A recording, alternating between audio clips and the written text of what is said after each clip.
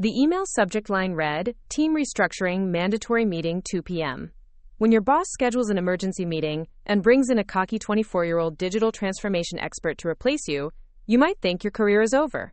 But sometimes the universe has a different plan.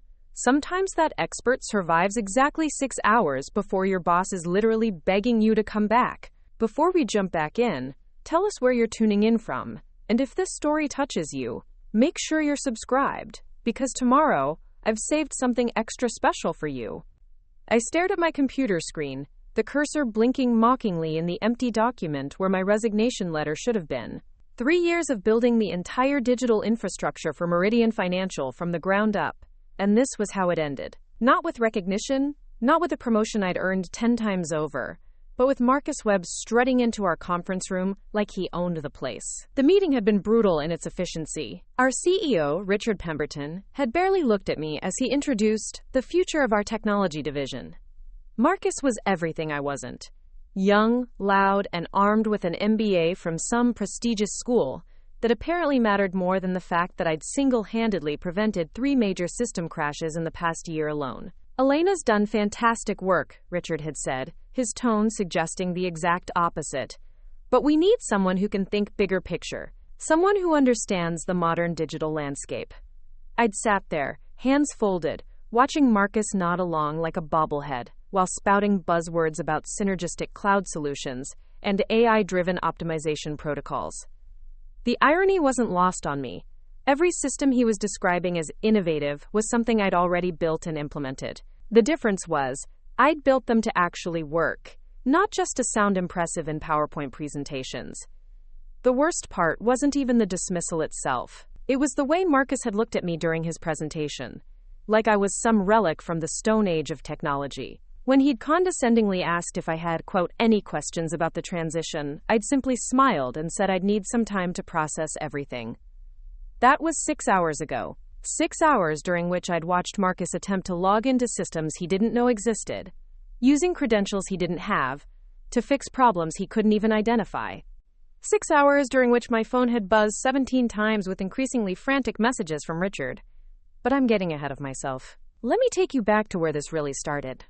3 years ago, when I first walked into Meridian Financial as their temporary IT consultant, the company was hemorrhaging money due to system failures. Their previous IT department had been outsourced to the lowest bidder, resulting in a patchwork of incompatible systems held together by digital duct tape and prayers. Client data was scattered across 7 different platforms, none of which communicated with each other. Their main server crashed twice a week, and their backup systems were so unreliable that most employees had given up trusting technology altogether.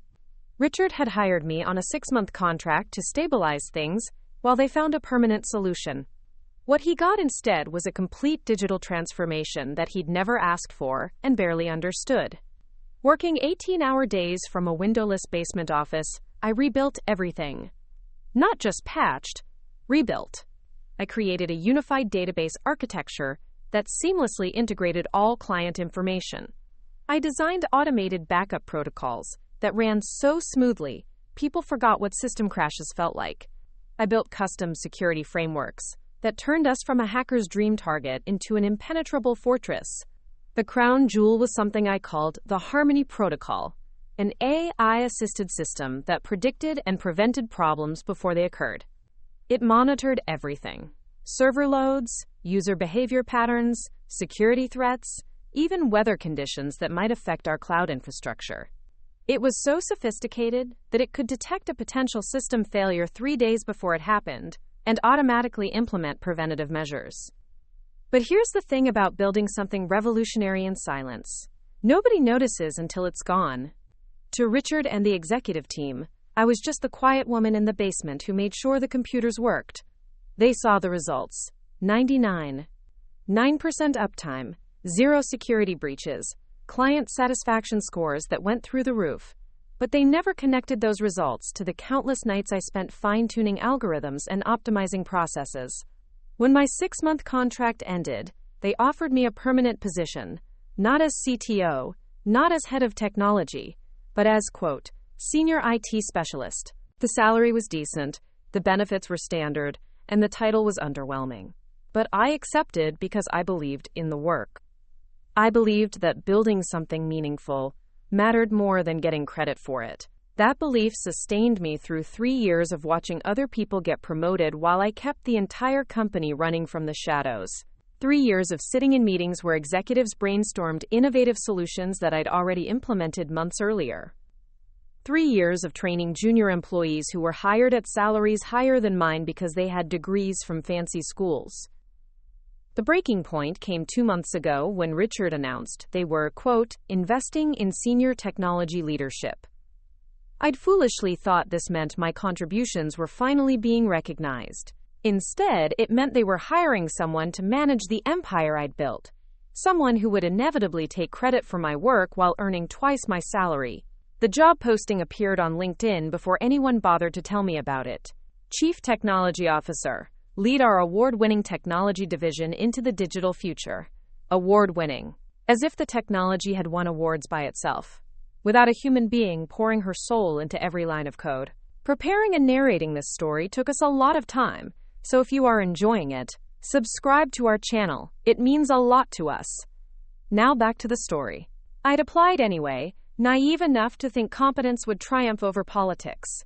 My interview had been perfunctory. 15 minutes of Richard asking surface-level questions about systems I knew better than my own heartbeat. 2 weeks later, he'd called to let me know they'd decided to go in a different direction. That direction, apparently, was Marcus Webb. At 24, Marcus had never held a technology role for more than 18 months.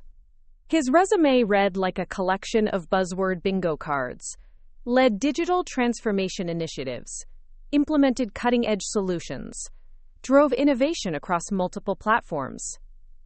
When I researched his previous companies, I found a trail of failed projects and systems that had been scrapped within months of his departure.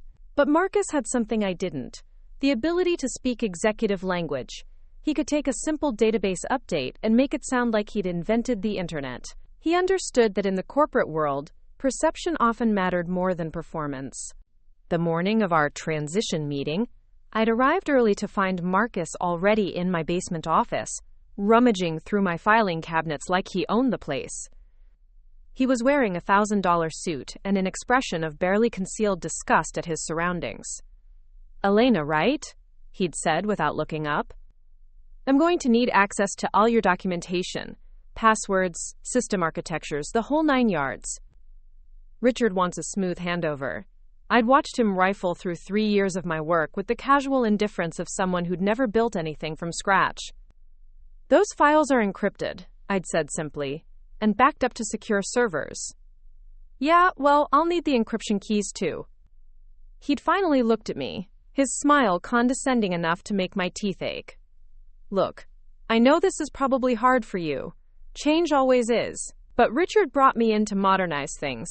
And frankly, some of these systems look pretty outdated." Outdated. The man was calling systems that processed millions of dollars in transactions daily, without a single failure, outdated, because the interface wasn't flashy enough for his taste. "I'm sure you'll figure it out," I'd replied, already mentally composing my resignation letter. The official meeting had been even worse. Richard had presented Marcus like he was unveiling the next Steve Jobs, while I sat there watching 3 years of my life being reduced to a footnote in someone else's success story. When Marcus had launched into his presentation about leveraging AI and machine learning to optimize our digital ecosystem, I'd wanted to laugh. Every innovative solution he proposed was already running in the background, invisible to him because he didn't know where to look. "I'm particularly excited about implementing predictive analytics," Marcus had continued, clicking through slides that looked like they'd been assembled by a committee of marketing consultants. "Imagine if we could predict problems before they happened." I'd glanced at my phone, where the Harmony protocol was sending me its hourly status report. In the past 24 hours alone, it had prevented 2 potential server overloads, blocked 37 security threats, and optimized system performance during peak usage periods. But Marcus didn't need to know that. Not yet. "Any questions, Elena?" Richard had asked as the presentation concluded. I'd had 1,000 questions. Why wasn't competence valued over charisma? Why was my 3-year track record worth less than Marcus's impressive PowerPoint skills? Why was I being replaced by someone who couldn't even pronounce algorithm correctly? Instead, I'd smiled and said, I think Marcus has some very interesting ideas. I'm sure he'll do great things here. The lie had tasted bitter in my mouth, but sometimes dignity required swallowing your pride along with your words. After the meeting, I'd cleaned out my desk with the methodical precision I brought to everything. 3 years of personal items fit into a single cardboard box. A coffee mug from my first week, a small cactus that had survived the basement's artificial lighting, and a printed email from a client thanking me for saving their account after a server crash. Marcus had watched me pack with obvious impatience. So about those system passwords. They're all documented, I'd said truthfully. What I hadn't mentioned was that the documentation was encrypted with algorithms I'd written myself, stored on servers that required biometric authentication, and organized in a way that made sense only to someone who understood the underlying architecture. Great. And the daily maintenance stuff? All automated. Another truth. The Harmony Protocol handled 90% of daily maintenance tasks without human intervention. The other 10% required understanding system interdependencies that took me 3 years to master. Marcus had nodded like he'd expected this answer, but I'd caught the flicker of uncertainty in his eyes. For all his confidence, he was starting to realize that taking over someone else's life's work wasn't as simple as updating his LinkedIn profile. I'd left my resignation letter on Richard's desk and walked out of Meridian Financial for what I thought was the last time. My phone had been buzzing with notifications before I'd even reached my car, but I'd ignored them. Whatever crisis was brewing in the basement office was no longer my problem. The coffee shop across the street had become my temporary headquarters. Through the window, I could see the Meridian building where I'd spent 3 years creating something extraordinary. The irony wasn't lost on me. I was finally getting the recognition I'd craved, just not in the way I'd expected. My phone buzzed again. This time, I looked at the screen. Elena, there's been a small technical issue. Could you give me a quick call when you get a chance? Richard? Small technical issue. I'd spent 3 years ensuring that Meridian never had, quote, small technical issues. If Richard was reaching out, it meant Marcus had encountered something he couldn't handle. Something that required more than buzzwords and expensive suits to fix. I'd ordered another coffee and settled in to wait. The Harmony Protocol would hold things together for a while, but only if someone knew how to read its warnings and respond appropriately. Marcus struck me as the type of person who would ignore warning signs until they became full-blown disasters. The second message arrived 20 minutes later. Elena, urgent. Marcus is having trouble accessing some systems. Could you walk him through the login process? Just a quick favor, Richard, login process. As if 3 years of custom security protocols could be explained in a quick phone call. The third message was shorter and more desperate. Elena, please call me immediately. We need your help. Richard? I'd smiled at that one. We need your help, was corporate speak, for we're in way over our heads and running out of options. The fourth message broke all pretense of politeness. Elena, whatever we're paying Marcus, I'll double it for you. Please come back. Richard? I checked the timestamp. Marcus had been on the job for exactly 5 hours and 37 minutes. The fifth message was a voicemail, and I'd played it on speaker so the entire coffee shop could hear Richard's panic. Elena, it's Richard. Look, I know we didn't part on the best terms this morning, but we're having some serious technical difficulties. Marcus says the systems are more complex than he initially thought, and we need someone who understands the existing architecture. I know this is awkward, but could you consider coming back? We can discuss terms, better terms than before. Much better terms. Please call me back as soon as you get this. Better terms. Much better terms. Funny how quickly attitudes changed when the computers stopped working. The sixth message arrived as I was finishing my second coffee. Elena, I'm not sure if you're getting these messages, but we're in crisis mode here. The main server is throwing error codes that Marcus can't interpret, and our backup systems aren't responding the way they should. I know you resigned, but legally, you're still our employee until the end of the week. We need you back here immediately. I'll authorize overtime, bonuses, whatever it takes. Please, Elena, we're desperate.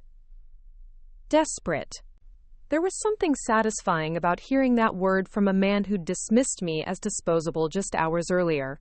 I'd paid for my coffee and walked slowly back to the Meridian building, savoring each step.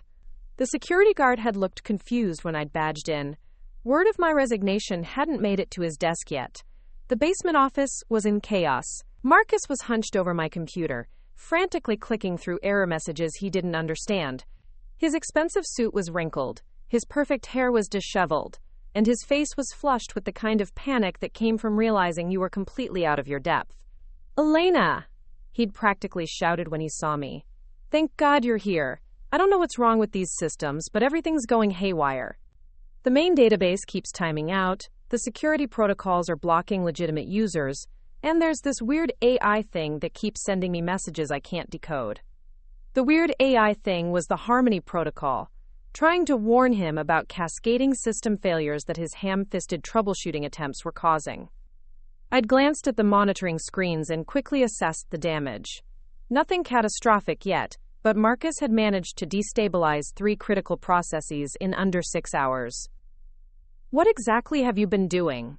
I'd asked, settling into my chair with the casual confidence of someone returning to her natural habitat.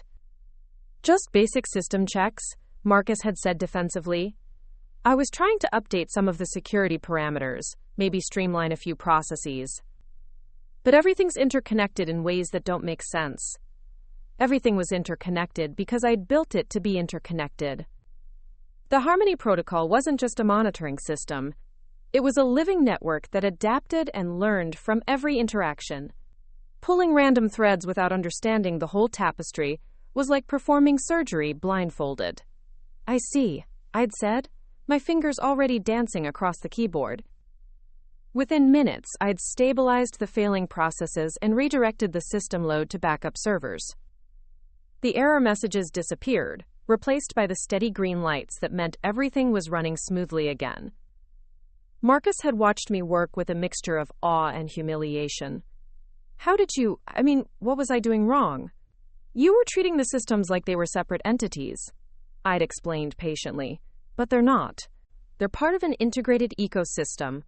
When you modify one component, it affects everything else downstream."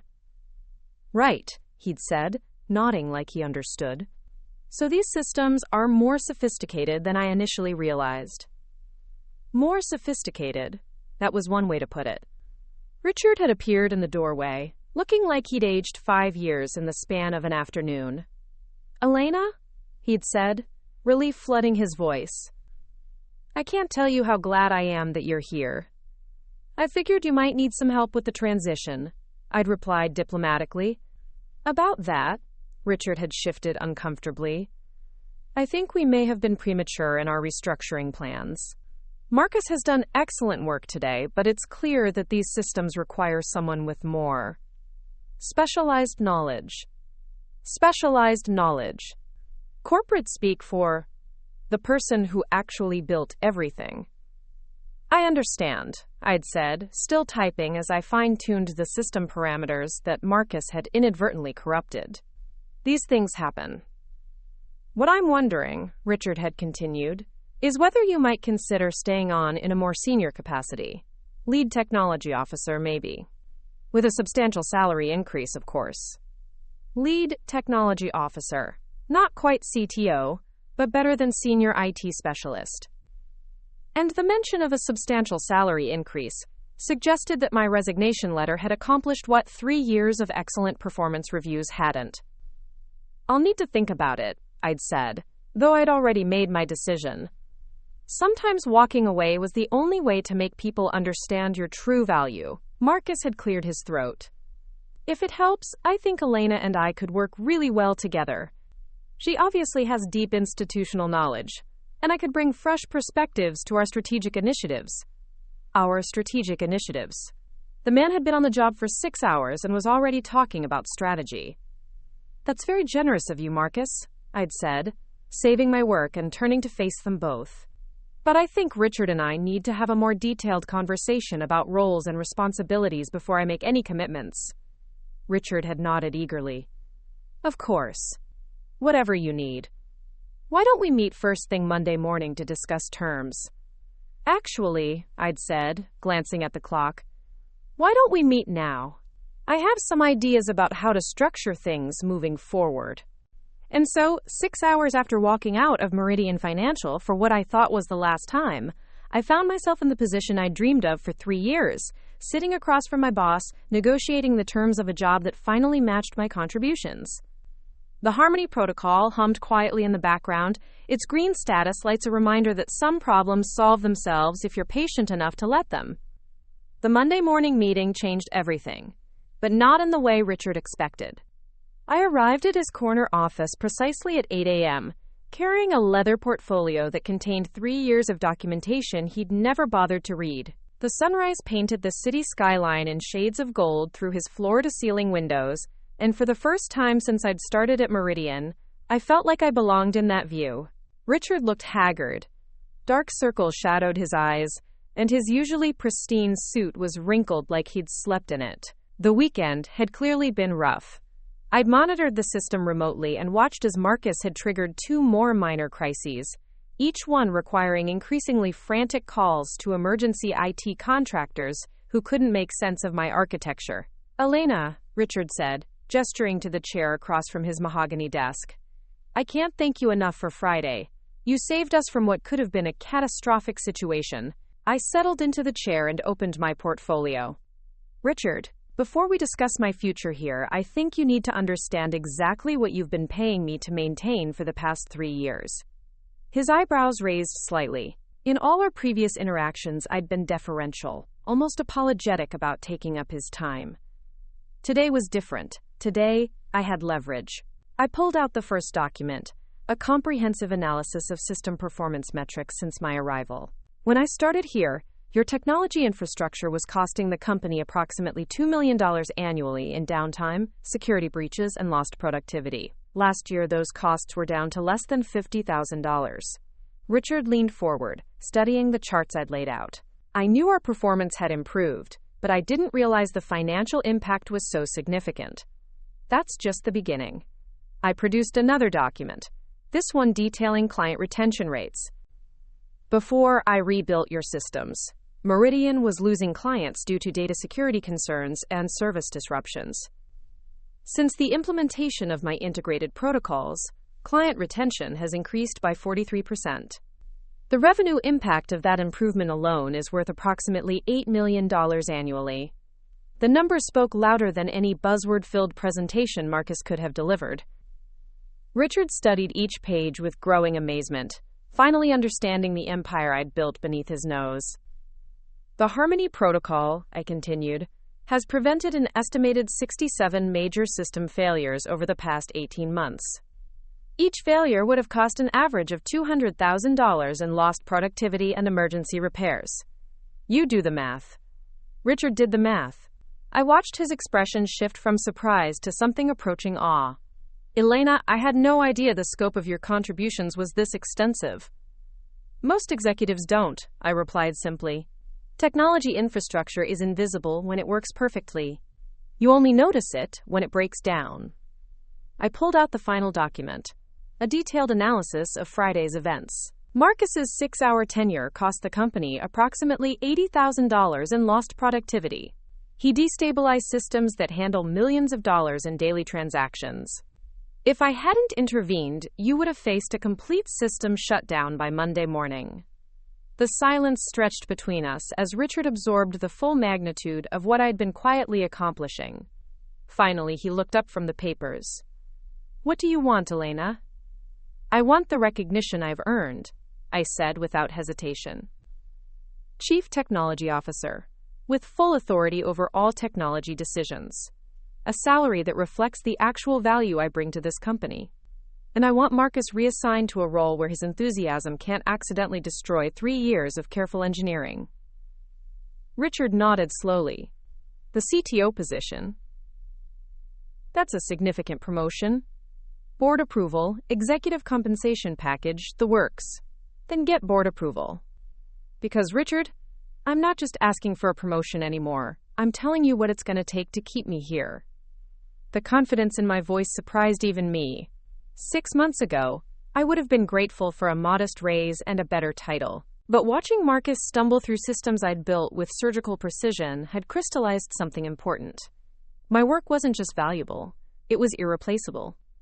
There's something else, I continued, pulling out a tablet and opening a presentation I'd prepared over the weekend.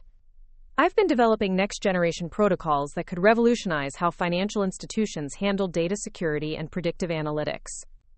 But I'll only implement them here if I have the authority to do the job properly.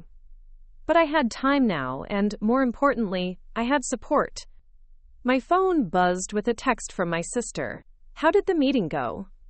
I got the promotion, I typed back. CTO effective immediately. About time. Celebration dinner tonight?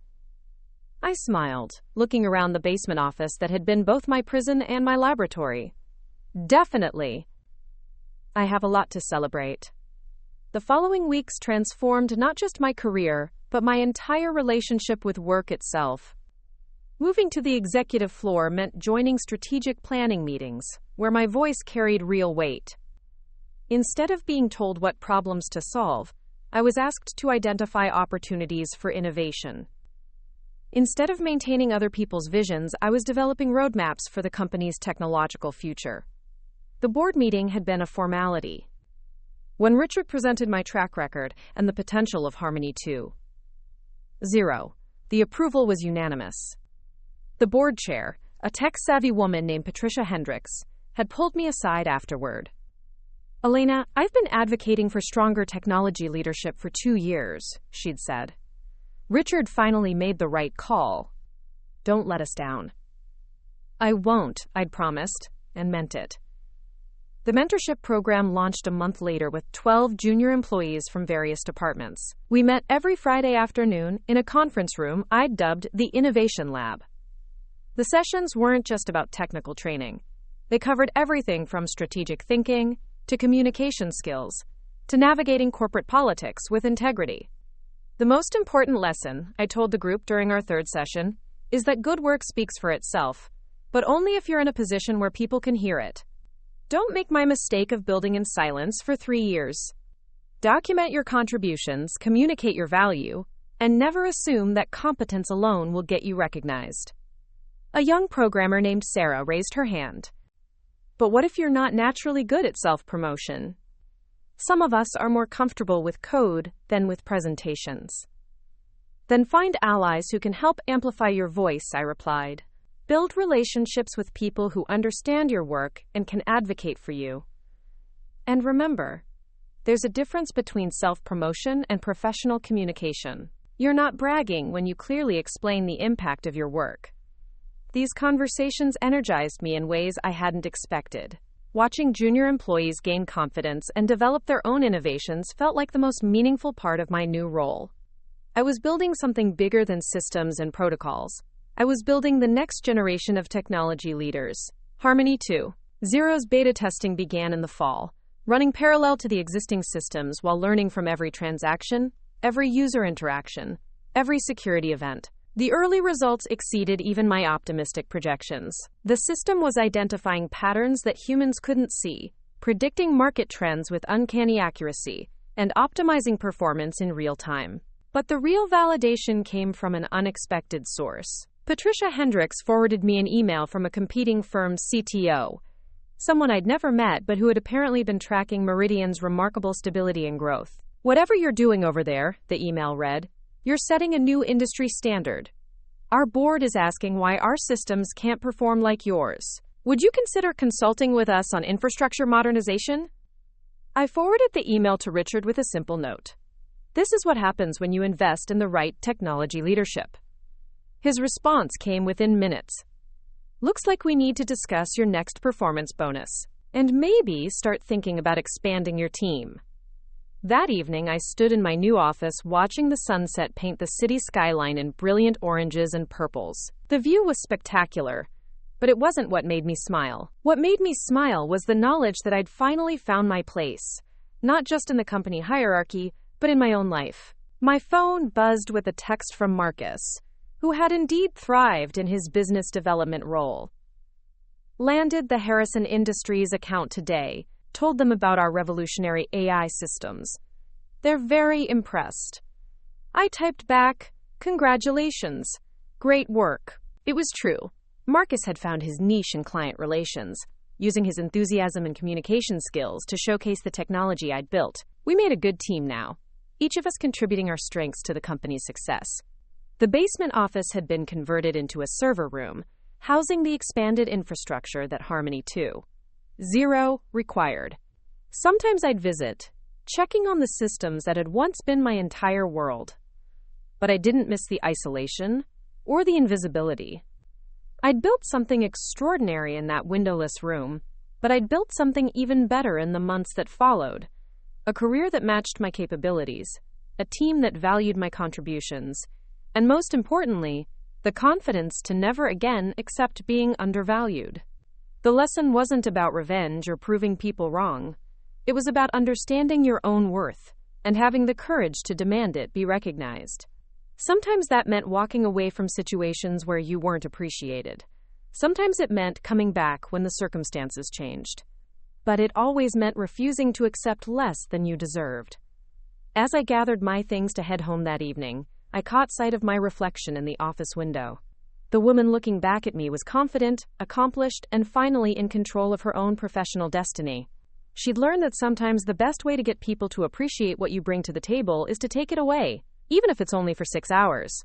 The story of Marcus's brief tenure had become something of a legend around the office, but not in a mean-spirited way.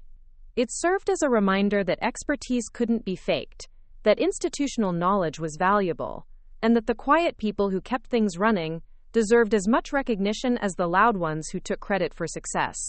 I turned off my office lights and headed for the elevator, already looking forward to tomorrow's challenges. There were new systems to build, new problems to solve, and new innovations to explore. But this time, I'd be doing it all with the title, respect, and compensation I'd earned. Sometimes, the best revenge is simply becoming impossible to ignore.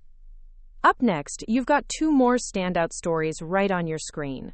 If this one hit the mark, you won't want to pass these up. Just click and check them out.